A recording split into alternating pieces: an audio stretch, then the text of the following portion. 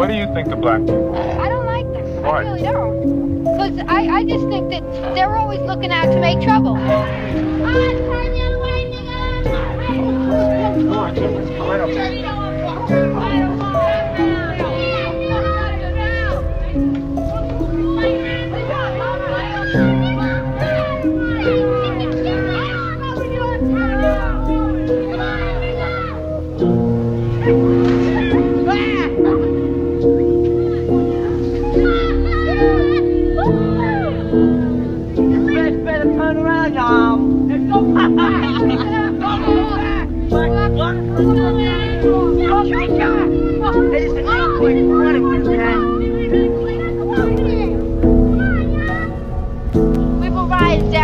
And his white people start saying, get out of here, niggas. You know, get out of my neighborhood. Don't come to the neighborhood. Then they start punching, hitting on her. Throwing rocks and everything else. Throwing rocks. Because we were in their neighborhood. We went on a bike hike to McDonald's. We didn't mean to bother anybody. We had a nice parade down there. Gathering, so we went down there to see what was happening. I never even know people around here were like that. I've never experienced anything like this in my life. And I was sure wish he had hit me with that rock. I would pick up the rock right next to me and hit him right dead in his face. They always say niggas are doing everything. They always say we're doing everything, right? Every time the white people come down the block, we don't push them out their neighborhood and throw rocks and start hitting them. We don't bother the white people around our neighborhood, but when we get in a white neighborhood, they just push us out.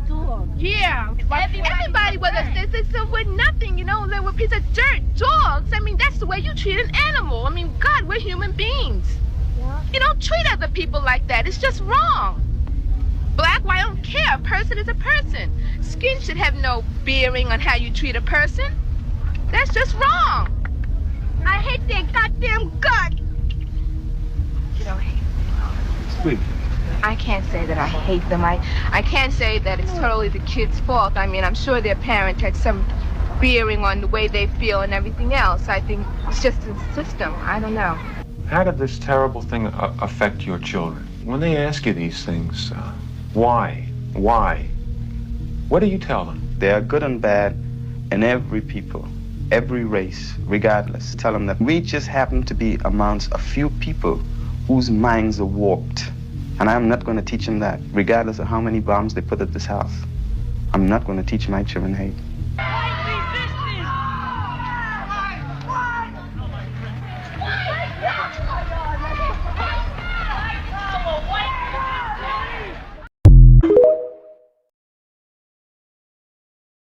So you say you were gonna call the cops on me for what again? I mean, if you want to keep insisting that's 127. No, I came in here and I let you know that I was, you know, my friend is at 127, and I was gonna put something on the room, and so you were saying, well, no, I couldn't do that. So I got her on the phone and I came back in here, and I said, well, I'm gonna take her this stuff and meet her at the elevator. After that, you said you'll call the cops. I never insisted that you let me upstairs. Okay. You went straight to calling the cops. Yes, you're right. I understand. That's my mistake. Like I said, you can wait for her down here and she can come. And I have no problem with that. Okay, perfect. I never said that I didn't want to wait downstairs. Okay. You never gave me that option. Yes, you went straight to calling the police. So, okay. Yeah. What's your name? Christina. And this is just to show how black people are profiled, and we have the police sent on us for absolutely no reason when we are not being aggressive or hostile. But the same people that voted for Trump are now seeing what we go through 10 times worse.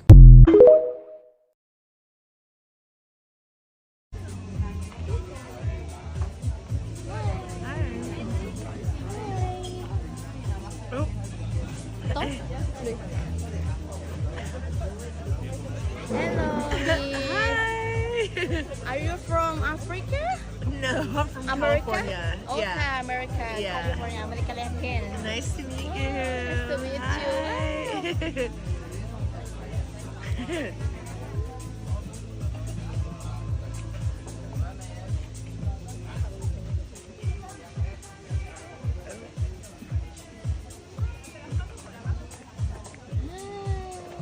Yeah, nice.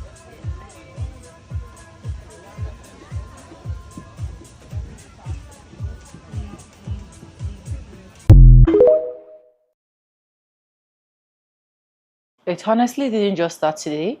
A lot of things have literally gone south even before every single racist that we are seeing today.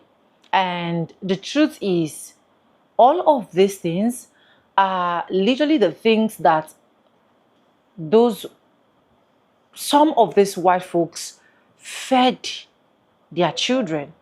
If not, let it make sense to me that even from that particular age, these children, these white folks' children, can literally use the N word without thinking of any single repercussion, without thinking of anybody's feelings.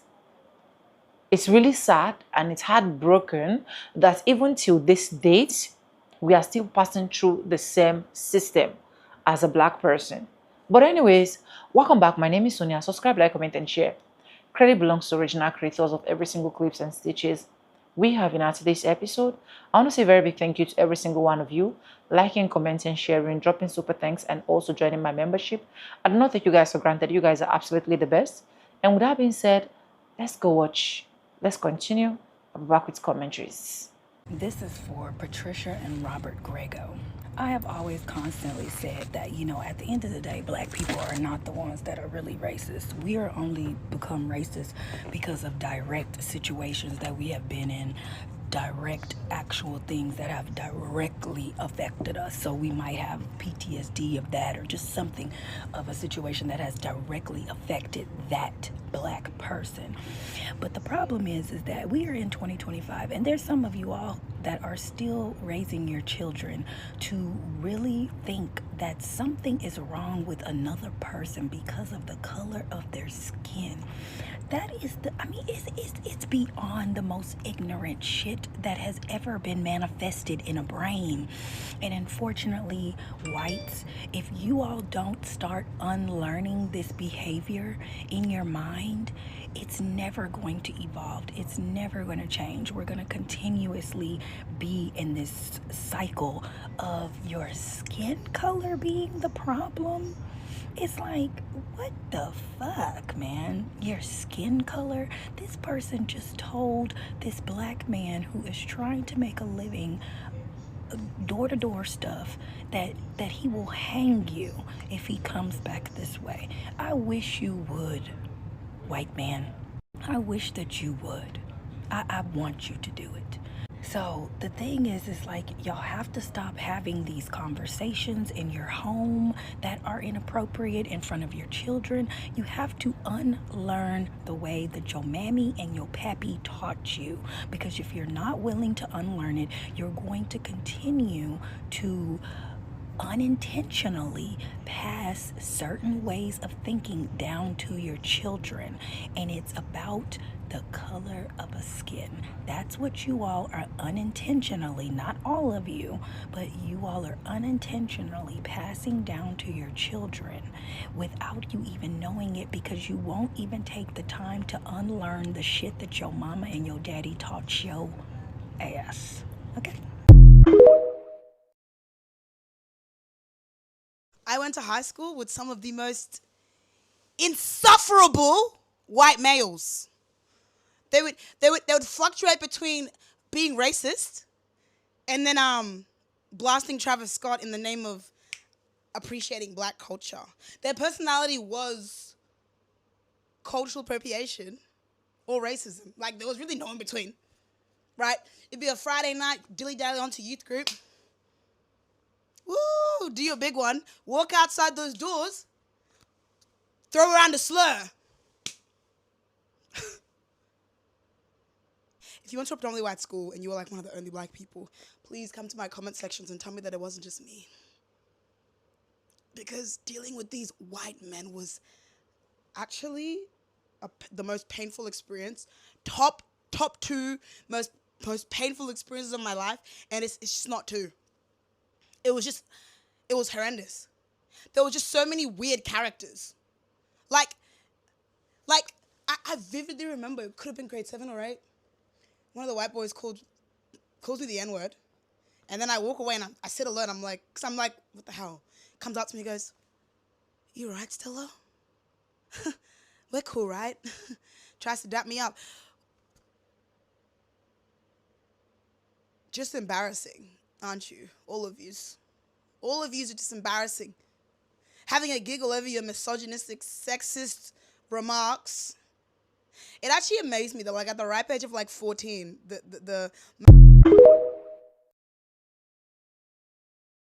I just saw a video where a content creator asked, like, don't you feel uncomfortable being the only black person or the only person of color in a friend group of white people? And it reminded me of this time that when I was a freshman in college, I went to the mall with a group of, I wouldn't say they were friends, but we were in a lot of classes together and we held study groups together. So like acquaintances that were all white. And when I went to this mall, I took one of my favorite purses, and I had gotten this purse from Ross, and I wore it everywhere around campus because it was one of my favorite purse. And as we're in the mall, we like are walking out of H&M, and I bought one item, and I had the receipt in the bag. And as I was walking towards the food court, this man, he's like this huge white man, like 6'3", 6'4", over like 200 pounds, yanks the shit out of my shoulder. And the reason why I'm describing his demographic like that is because I'm a very short and petite person. Like, I've been under 120 like the majority of my life. Like, I'm just like a very tiny person. And as he like turns my shoulder around, he is yelling at me saying, "You took my daughter's purse. You stole my daughter's purse." And next to him, this white, I guess his daughter, this white woman was crying. And I was just like confused. Like, you have to be in like a situation like that to be like, I was like genuinely stunted. Like, I was like, what are you talking about? Like, shocked. Like, why are you like yanking the shit out of my shoulder and like grabbing my bag? And she is like crying and like crying. And I'm just like, what are you talking about? So this goes on for like 5 minutes, and like they're like getting mall security. And I was just like really baffled because I just had my purse that I walked into the mall from my dorm with. And then I had my one item that I just bought from H&M with my credit card of my name on the receipt and everything. So as he's yelling, and it looks like he's about to like harm me at one point, finally she's like, "It wasn't her. It wasn't her." And I was like, what are y'all like? I'm so confused and shocked at the situation. She's like, "It wasn't her. She wasn't the one that took my purse." So I'm just like, again, stunted and shocked. And then he tries to apologize, like in like a whisper to me. I was like, no, like you literally just like assaulted me and over my own purse and my own item. And I'm just like, why would you, out of a group of every single person that I'm with here, assume that I'm the one that took your daughter's stuff? Or even, yeah. So why I'm bringing up this story is because the entire time, every single white person at that table was muted. No one said anything. No one tried to intervene and be like, what are you talking about? And the whole time I was with them, they watched me walk into the car with my purse. Around campus, they've even made... When you're black, you're never really lonely because there will always be a white person all up in your business.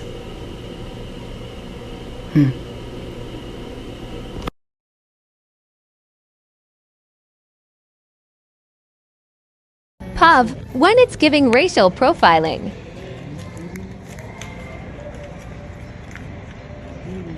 Yeah. Hello. Nothing at Pablo. Yeah, we about to go.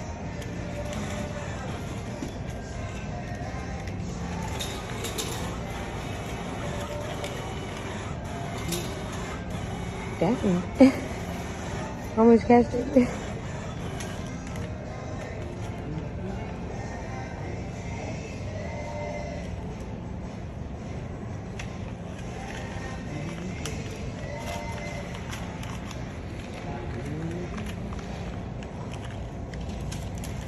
All right.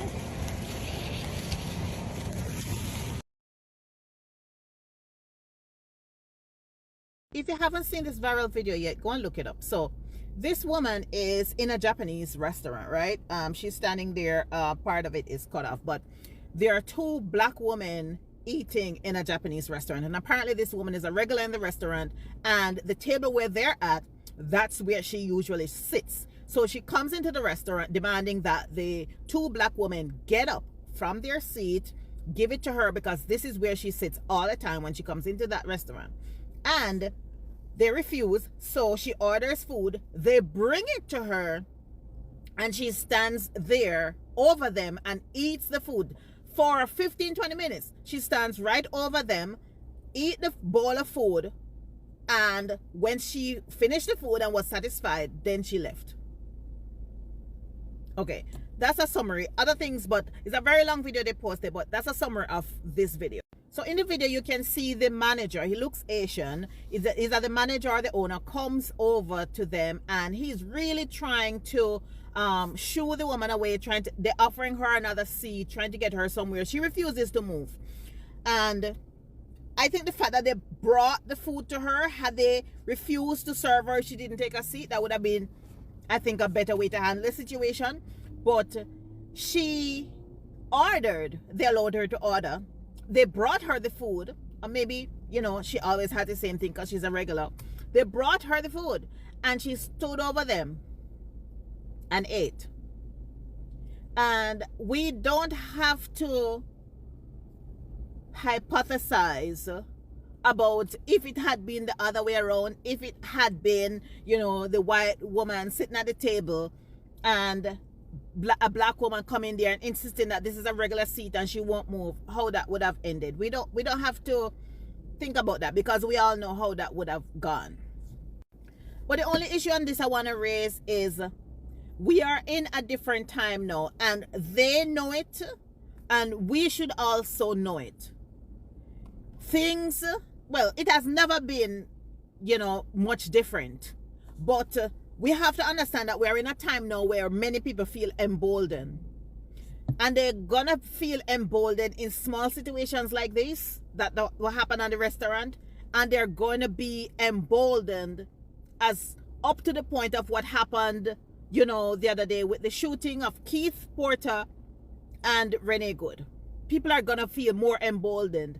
And I'm just making this video that we can all think about what that means when we go about our daily business, our daily interactions. Something simple as eating in a restaurant, going to your regular supermarket, having a fender bender with someone out on the street. We're in a different time, and I want us to think about how that is empowering and emboldening certain people to interact with us out here in these streets. Okay. Excuse me. I know you was watching us because you thought we were stealing, but I steal from Walmart, not Target. I'm watching everybody.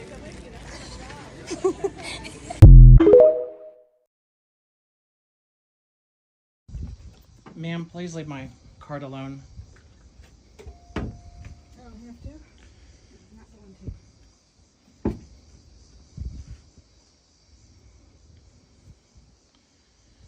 Is there any way I could have my card back? My campaign card? Thank you. Stop soliciting out here.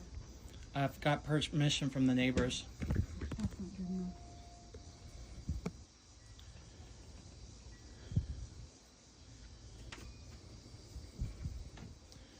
enough. Your dog's not on your leash. Oh.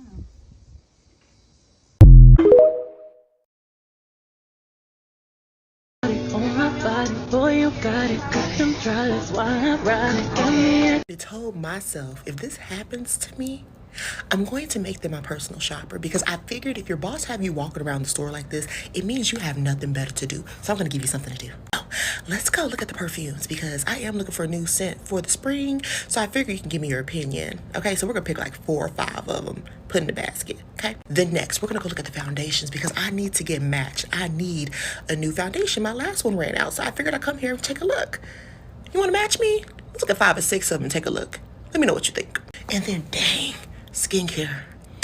I do need a new moisturizer. You know, I figure you help me with that as well. So let's go take a look at them. I need you to tell me about each and every one of them too. The pros, the cons, all that. And then this basket is so heavy. Do you mind holding this basket for me? And then as we go to checkout, I'm gonna realize, dang, I only needed this one item. Do you mind putting all this back? Thank you. When you're black, you're never really lonely, because there will always be a white person all up in your business.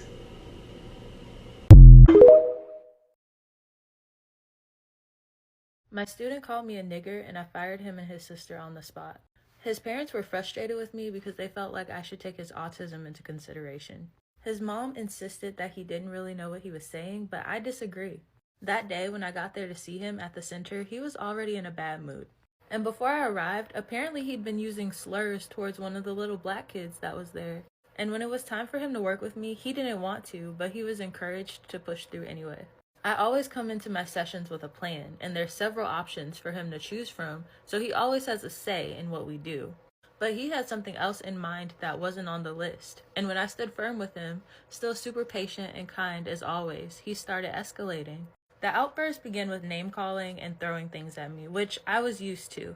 And I stayed patient through all of this, but when he realized he wasn't getting a reaction out of me, that's when he decided to use the slur.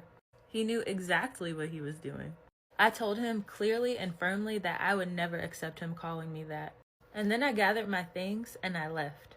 I texted his parents letting them know that I'd no longer be working with him or his sister. And that was a boundary I had to hold. Moving forward after that would have been disrespectful to myself. Had it been said in a different context, maybe I would have second-guessed my decision because of his autism. But he was using it intentionally to hurt and provoke. And the fact that he even knew how to use it in that way did not come from nowhere. His father's immediate response to my text wasn't an apology. He didn't show concern. He just asked me if I had a referral to someone else. And that told me everything I needed to know. Have you ever had an experience like this? Or have you had to enforce a really hard boundary in your work? How do you handle it? When you're black, you're never really lonely because there will always be a white person all up in your business.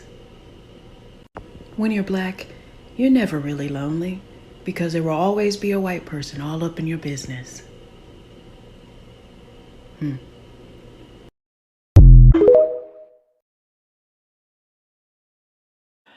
Segregation in the United States didn't just happen. It was deliberately created and enforced over centuries through laws, belief, and system designed to separate and control people based on race, especially Black Americans. Now, here is a clear breakdown of why segregation really existed. 1. Legacy of slavery, where segregation has deep roots in slavery from the 1600s to 1865. Black people were enslaved and treated as properties.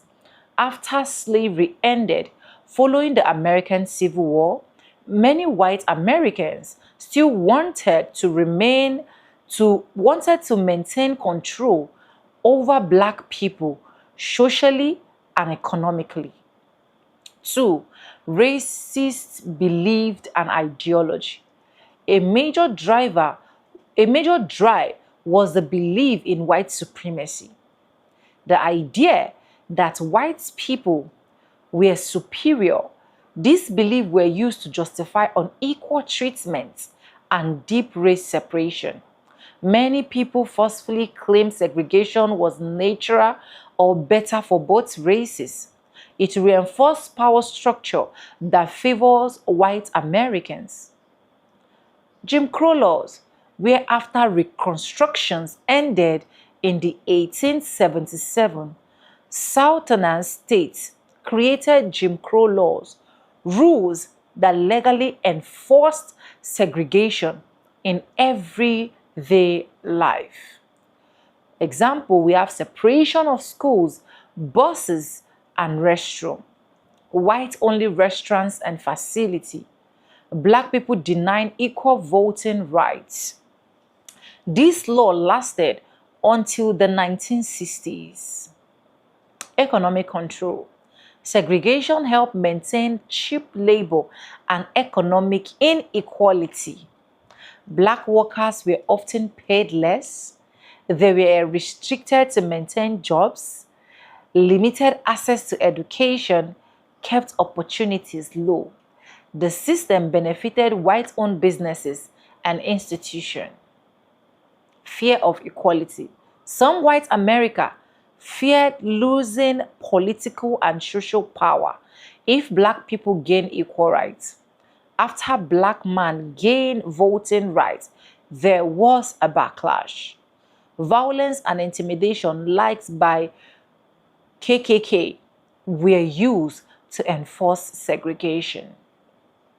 The legal support from the courts, where segregation was upheld by the US legal system for decades. A key example is the Passy v. Ferguson, where the rule that separate but equal facilities were legal, even though they were never truly equal. Resistance to integration. When efforts were made to end segregation, many people resisted. For example, the civil rights movement challenged segregation through protests, legal action, and activism. Leaders like Martin Luther King Jr. pushed for equality. Then let's talk about where segregation ended, where segregation began to dismantle through major law, like the Brown v. Board of Education ended school segregation. The Civil Rights Act of 1964 banned segregation in public places. The Voting Rights Act of 1965 protects voting rights. Segregation existed because powerful groups wanted to maintain control, preserve inequality, and enforce racist belief after slavery ended. It was supported by law, violence, and social system for a long time. It did not just start today. It started long time ago. And even till this point, these are some of the things that some of these white folks still see and think that they have rules, they have power, they have to be in charge over black people. But anyways, let me know what you think in the comment section. Credits belong to the original creators of every single clips and stitches we have in our today's episode. I want to say a very big thank you to every single one of you liking, commenting, sharing, dropping super thanks, and also joining my membership. I did not take you guys for granted. You guys are absolutely the best. Let me know what you think in the comment section. And yes, guys, with that being said, with no further ado, I do like I always say in my videos, I'm going to be saying bye, and I'll see you guys in my next one. For now, bye guys. I love you guys. Mwah.